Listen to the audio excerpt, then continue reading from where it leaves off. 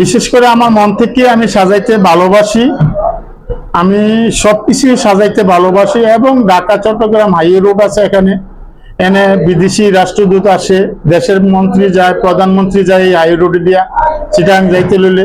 ইয়ানো যে একটা ইউনিয়ন পরিষদ কিভাবে বাংলাদেশ গইরা থাকে, কিভাবে বাংলাদেশ ইউনিয়ন পরিষদ সুন্দর থাকে, এটার বিশেষ করে এটার প্রতি আমার মনটা ছিল। আর বিশেষ করে আমার ভালো লাগে সুন্দর সেবা দিতে, সুন্দর জায়গা, এবং আমি এনে পরিশ্রম করে কাজটা করছি। এই আর কি অবস্থা এখন বর্তমানে? মাশাআল্লাহ, আলহামদুলিল্লাহ, আমি খুব ভালো আছি, কোনো ঝামেলা নাই। অন্যান্য ইউনিয়ন পরিষদ আসলে যারা থেকে অনেকেই বেকার যাচ্ছে, কিন্তু জি না, আমার ইউনিয়নে নেই, আমার সেবা ভালো। আমি নিবন্ধন 50 টাকা নেই, ওয়ারিশ সার্টিফিকেট 30 টাকা নেই, আর সম্পূর্ণ ফ্রি দেই, আমার কোনো পয়সা লাগে না। এবং দৈনন্দিন যত আসে 10 মিনিটের মধ্যে কাগজ পাইয়া যায়। আচ্ছা, ঠিক আছে, কোনো জাম নাই, আসে যায় আসে। আমি প্রতিদিন উপস্থিত থাকি।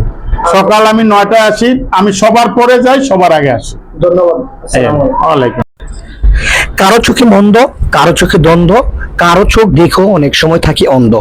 এতক্ষণ যিনি কথা বলছিলেন তিনি হচ্ছেন কুমিল্লা জেলার দেবিদ্বার উপজেলার 12 নং ভানি ইউনিয়নের মোহাম্মদ আলহাজ জালাল ভুঁইয়া চেয়ারম্যান, যার কথা শুধু মুখেই নয় বাস্তবেও কিন্তু তার দেখা মিলেছে এই ভানি ইউনিয়ন অফিসে গিয়ে। দেখছেন কত সুন্দর করে সাজসজ্জায় সাজিয়ে আছে এই গ্রাম পুলিশগুলো। তাদেরকে যেভাবে সাজিয়েছেন, প্রত্যেকটি শ্রেণীকক্ষ তিনি এভাবে সাজিয়েছেন যেন একটি ফুলের বাগান। ইউনিয়ন পরিষদের সামনে এমন একটি সুন্দর পুকুর, গাড়ির পার্কিং কিংবা ফুলের বাগান, সেটা দেখলে যে কেউরে চোখ লেগে যাবে। 12 নং ভানি ইউনিয়ন ঢাকা চট্টগ্রাম মহাসড়কের পাশে থাকায় এটা আরো ফুটে উঠেছে, আরো সুন্দর করে ফুটিয়ে তুলেছেন একজন এই উদীয়মান কিংবা তরুণ বলবো না, যদিও মধ্যবয়স্ক, কিন্তু তার চিন্তা চেতনা এবং তার ভিতরের যে সৌন্দর্য এবং মনের যে আশা আকাঙ্ক্ষা কিংবা রুচি, সেটা কিন্তু আসলে দেখার অপেক্ষা রাখে না।